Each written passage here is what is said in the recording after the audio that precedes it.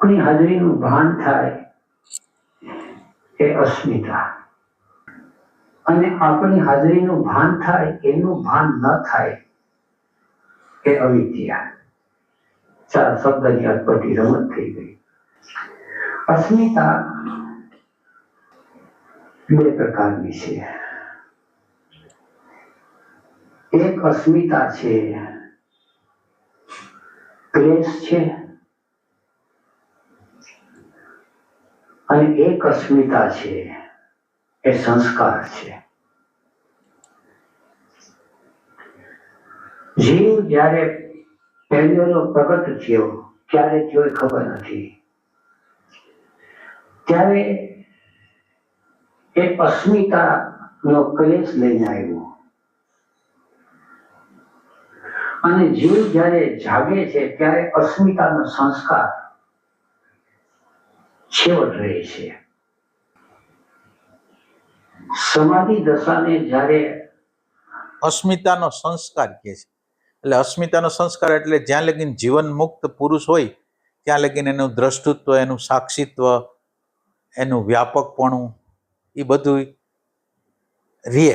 એટલે ઈ સંસ્કારને એ લોકો કહે છે કે આ સંસ્કાર એટલે એ હોવાપણું છે.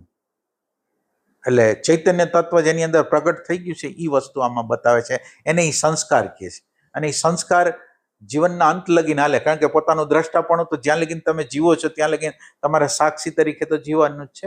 એ ટાઈપની વસ્તુ એની અંદર.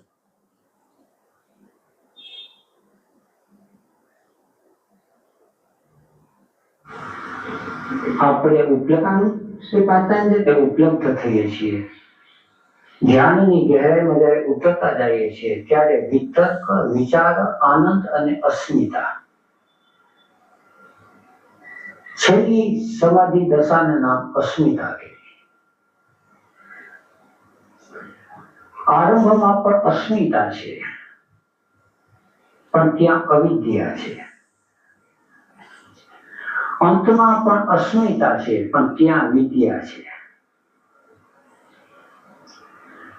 અથવા તો આરંભની અંદર હું છું પણ હું બેભાન છું, બેહોશ છું, હું કોણ છું એનું મને ભાન નથી.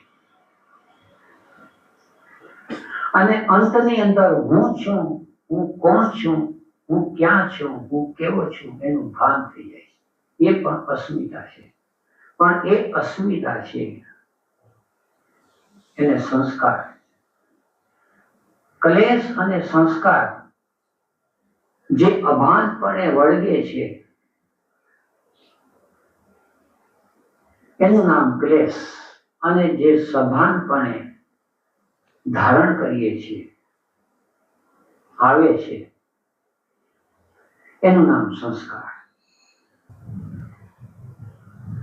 જીવને ક્લેશ વળગેલા છે. અત્યારે બજારમાં ચાલ્યા જઈએ,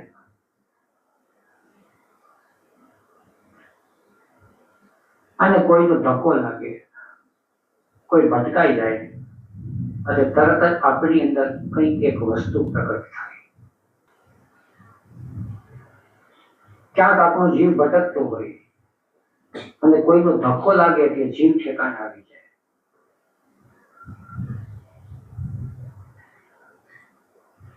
એ વખતે જે ભાન આવે છે એ ભાન છે અસ્મિતા નામના ક્લેશનું. હું છું, દેખતો નથી, ખબર નથી પડતી.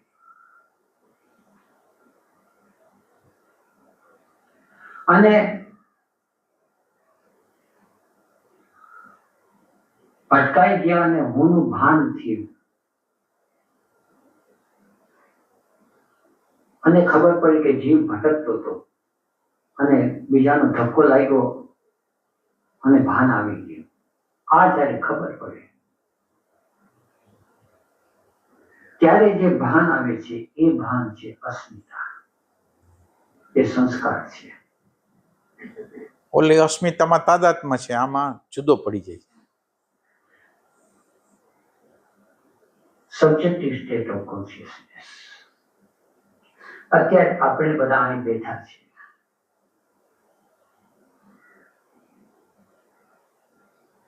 જીવ ક્યાંક ને ક્યાંક ભટકવા ચાલ્યો જાય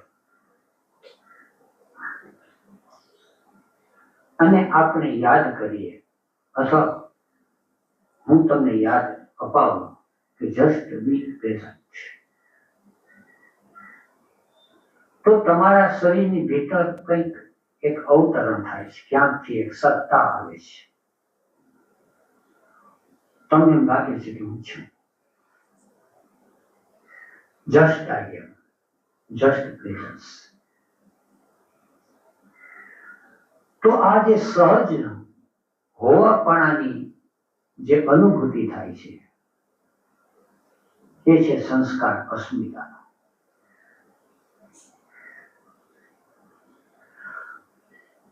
પણ એ અસ્મિતાનો સંસ્કાર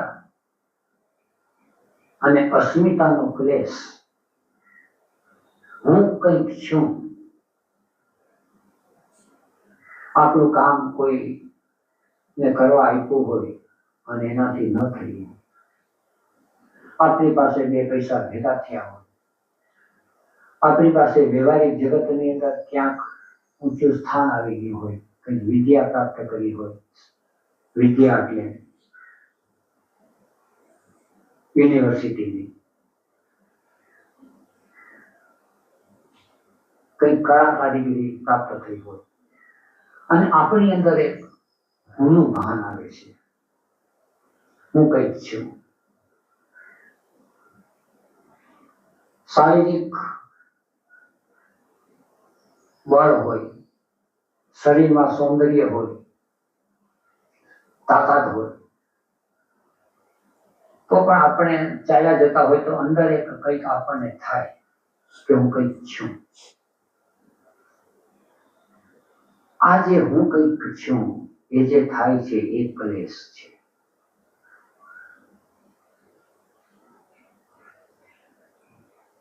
એનું ભાન આવે, હું કંઈક છું, આ મારું હોવાપણાનું છે, એ મારું હોવાપણાનું સહજ છે કે મારું હોવાપણાનું સાપેક્ષ છે. સાપેક્ષ એટલે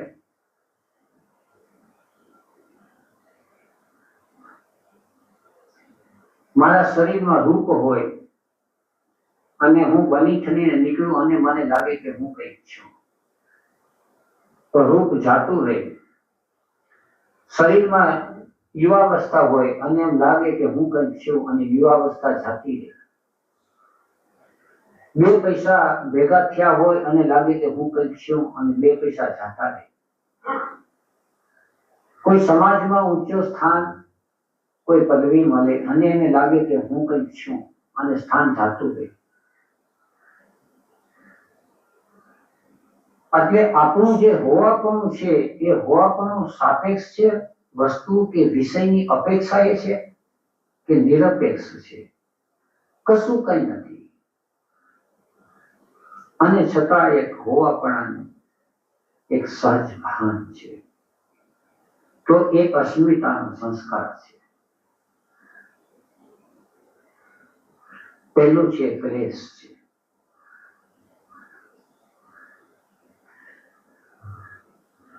પહેલું છે એ મિથ્યા છે, રિલેટિવ છે. બીજું છે સબ્જેક્ટિવ છે.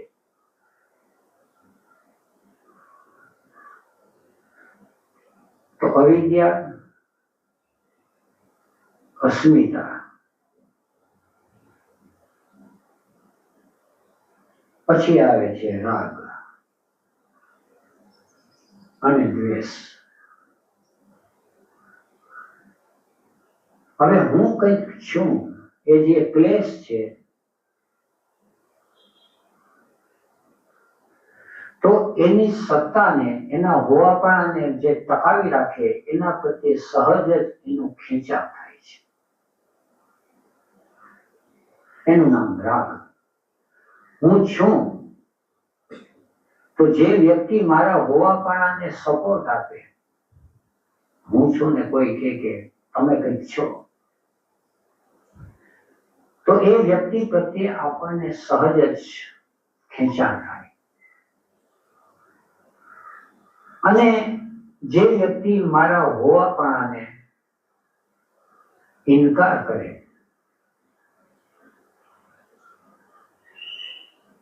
એના પ્રત્યે દ્વેષ થાય. એવી જ રીતે જે વસ્તુ હોવાથી આપણે સત્તા જરા વધારે સઘન બને એવું લાગે, ત્યારે એ વસ્તુ પ્રત્યે આપણને જે થાય છે ખેંચાણ, એનું નામ રાગ. જેમ કે ઊંડે ઊંડે એમ હોય આપણને કે 5 પૈસા ભેગા થાય તો હું કંઈક છું એવું ભાન થાય, તો પૈસા પ્રત્યે આપણને રાગ થાય. પણ અંદર આપણી બુદ્ધિમાં અને સમજણમાં એમ આવી જાય કે પૈસા છોડવાથી આ બધા બાવા સાધુઓને કંઈક માન મળે છે, કંઈક એનું હોવાપણું છે. એટલે આપણને ભગવા વસ્ત્ર પ્રત્યે, સંન્યાસ પ્રત્યે રાગ જન્મે, કારણ કે ત્યાં હવે આપણને હોવાપણાનું ભાન થાય છે.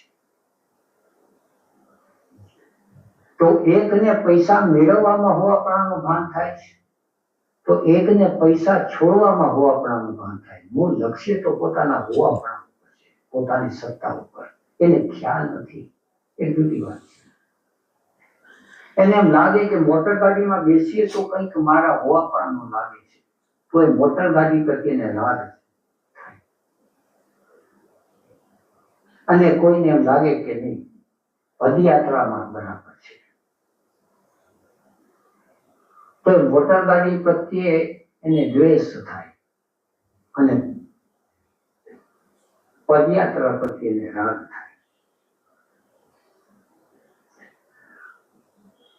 અને બધાના મૂળમાં અસ્મિતાનો ક્લેશ છે, અને અસાના ક્લેશના મૂળમાં અવિદ્યા છે. એટલે ક્લેશની અંદર પેલી અવિદ્યા હોય, પછી અસ્મિતા હોય ને પછી બધી વસ્તુ હોય, એ ટાઈપની વસ્તુ. દરેક સેન્ટર્સમાં આ આખી વાત ગુરશેત સિસ્ટમને આધારે સમજીએ તો ઇન્સ્ટિંક્ટ સેન્ટરમાં 5 ઇન્દ્રિયો છે. 5 ઇન્દ્રિયોમાં મને જે ખાવાનું ભાવે તો એના પ્રત્યે મને રાગ થાય. પ્લેઝન્ટ અને અનપ્લેઝન્ટ સેન્સેશન, તો એના પ્રત્યે અંદરથી એટેન્શન ખેંચાય.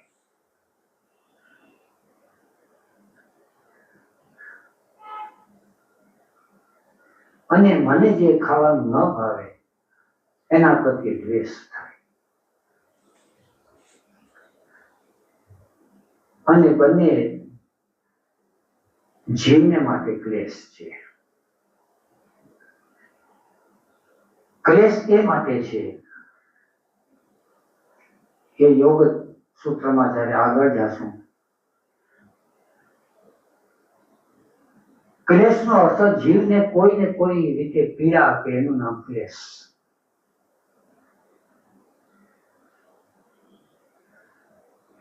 એટલે જેના પ્રત્યે આપણને રાગ થયો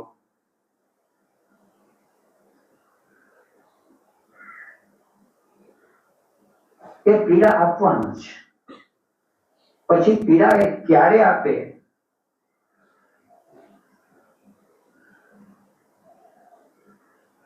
એ કામ છે કાળનું, સમયનું.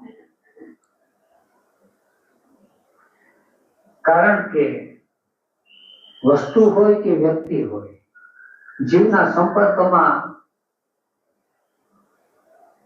આવ્યા જ કરે છે. અને જીવ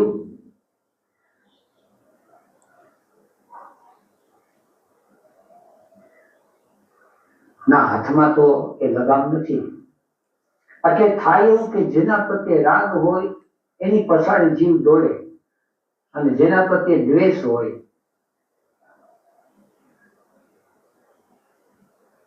એની સામેથી જીવ દોડે. આઈધર ફોર ઓર અગેન્સ્ટ જીવનું દોડવું ચાલુ છે. અને જીવનું દોડવું છે એ જીવને માટે પીડા છે, અને જીવનું ફેરી જવું એ છે સમાધિ, અને જીવનું ભટકવું એ છે ઉપાધિ. આપણે આ ખાવાનું જોઈએ પણ ન મળે એટલે પીડા થાય.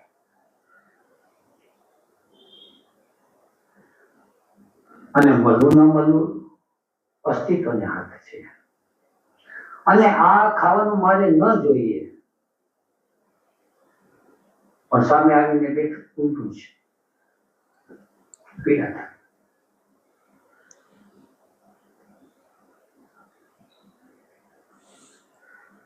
પ્રિય અને અપ્રિય બંનેમાં દુઃખ છે, પણ બંનેના દુઃખનું જે છે એ સંયોગ અને વિયોગ ઉપર. પ્રિય વસ્તુનો સંયોગ થાય ત્યારે સુખ થાય, અને પ્રિય વસ્તુનો વિયોગ થાય ત્યારે દુઃખ થાય. અપ્રિય વસ્તુ જે છે એનો વિયોગ હોય ત્યાં સુધી સુખ, પણ એનો સંયોગ થાય ત્યારે દુઃખ.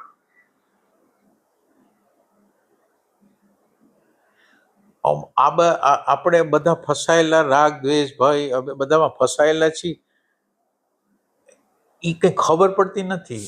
એને આ પતંજલિ યોગસૂત્ર કેવી રીતે ક્યાં ફસાયેલા છીએ એના નામકરણ કરે છે, અને એ બધું કરે છે. એના દ્વારા આપણને આખો નકશો મળે છે કે આપણી સ્થિતિ પ્રકૃતિની અંદર શું છે એ બતાવવા માટે આ બધું ટ્રાય કરે છે.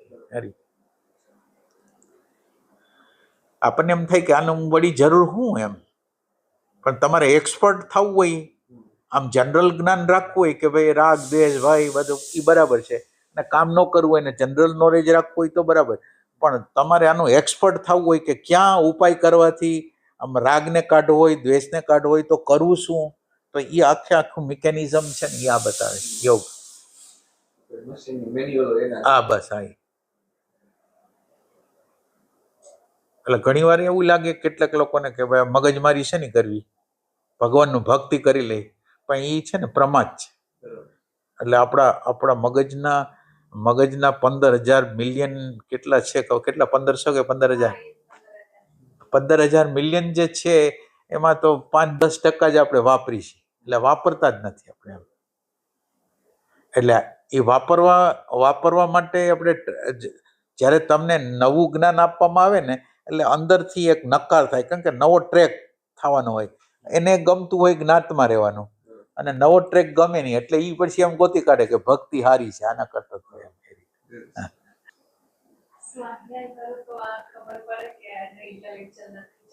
હા, અને આની અંદર તો શું થાય, બધા સેન્ટરોને બેલેન્સ કરવાના છે. ઇમોશનલ સેન્ટર, ઇન્ટેલેક્ચ્યુઅલ, એમ કે એક વધારે હાલતું ને એક ઓછું હાલતું એવું નથી કરવાનું. અને પ્રેક્ટિકલ ઉપાય છે એ આપણે એને કોન્શિયસ એફર્ટ કીધો કે વોલ્યુન્ટરી સફરિંગ કીધો, અથવા પ્રેઝન્ટ મોમેન્ટ કહી, તો બસ આ એનો ઉપાય આ છે. પ્રેઝન્ટ મોમેન્ટ સ્ટાર્ટિંગ પોઈન્ટ છે. પ્રેઝન્ટ મોમેન્ટની અંદર, એટેન્શનની અંદર, કોન્શિયસનેસની અંદર એવા અણુ પરમાણુ ચોટી ગયા છે બહારના. એટલે પ્રેઝન્ટ મોમેન્ટ છે, પ્રેઝન્ટ મોમેન્ટ પેલું પ્રાઇમરી સ્ટેજ છે કે જેમાંથી જે શબ્દ અને વિચાર એની હારે જે અણુ પરમાણુ એની હારે ચોટી ગયા છે ને, તો હવે દાખલા તરીકે તમે પ્રેઝન્ટ મોમેન્ટમાં આવો એટલે પ્રેઝન્ટ મોમેન્ટનો બીજો અર્થ છે તમે તમારો જીવાત્મા જાગૃત થાય, તમારી અંદર કોક આવે અને એને ખબર પડે કે મારી અંદર શું હાલે છે, એટલે એ વિચારને જોઈ શકે. પેલા વિચારથી તાદાત્મ્ય હતું, હવે નાના પ્રકારે વિચારના અણુ પરમાણુથી જુદો થવાનો ટ્રાય કરે છે, અને એ અણુ પરમાણુને જ્યારે જોવે છે ત્યારે એને એમ લાગે છે રાગ દ્વેષ ભય ઘૃણા, એટલે પોતે જે ચિત્ર બનાવ્યું હતું એના કરતા આખો જુદો લાગે છે. અને એ એને મંજૂર ન હોય તો પછીનું જે સ્ટેપ છે એ એવું આવે છે કે હવે ઇન્ટેલેક્ચ્યુઅલ સેન્ટરે જે પ્રગટ કર્યું, હવે આ એક અણુ પરમાણુ તો તમે ખેઈ રહ્યા, વિચારથી તો તમે અલગ પડી ગયા. હવે વિચાર હવે જે પ્રકારનો હોય, દાખલા તરીકે વિચાર છે એ નેગેટિવ હોય અથવા વિચાર હોય એ પોઝિટિવ હોય, તો નેગેટિવ વિચાર છે એ મારી અંદર હતાશા નિરાશા કરશે કે હજી તો મારામાંથી આ નીકળતું નથી, અને પોઝિટિવ માનો કે થોટ છે તો આપણને એમ લાગે કે બહુ સરસ વાત છે. તો એ જે સરસ અને ખરાબ એ જે ભાવ છે ને ઇમોશનલ સેન્ટરનો છે. ઓલું ઇન્ટેલેક્ચ્યુઅલ સેન્ટર હતું, આ ઇમોશન સેન્ટર છે. ઇમોશન સેન્ટરની અંદર રાગ અને દ્વેષ હોય. તો આ રાગ દ્વેષથી અલગ પડે એટલે આ પ્રકારના અણુ પરમાણુ છૂટા પડી ગયા. પેલું ઇન્ટેલેક્ચ્યુઅલ સેન્ટરથી છૂટા પડ્યા, પછી આનાથી ઇમોશન સેન્ટર છૂટા પડ્યા, અને છેલ્લે ઇમોશન સેન્ટરની અંદર ખુશી નાખુશી જે થાય છે ઇમેજથી થાય છે. એટલે ઇમેજ એટલે કાલ્પનિક વસ્તુ, ઇમેજ એટલે કલ્પના સિવાય કાંઈ નહીં. એ જ્યારે તમે અવેરનેસના ક્ષેત્રમાં એટલે બેક જાઓ, એટલે અવેરનેસનું ક્ષેત્ર જ્યારે આવે ને ત્યારે તમે શબ્દ અને વિચારની આ બાજુ રહી ગયા, અને હવે આ ત્રણ વસ્તુ, વિચાર આ બાજુ રહી ગયો, ઇમોશન આ બાજુ રહી ગયું, ઇમેજ આ બાજુ રહી ગઈ. એટલે હવે મૌન છે એ જોવે છે, અને મૌન જ્યારે જોવે ને ત્યારે આપણા બધા સંઘર્ષોનો અંત આવે. એટલે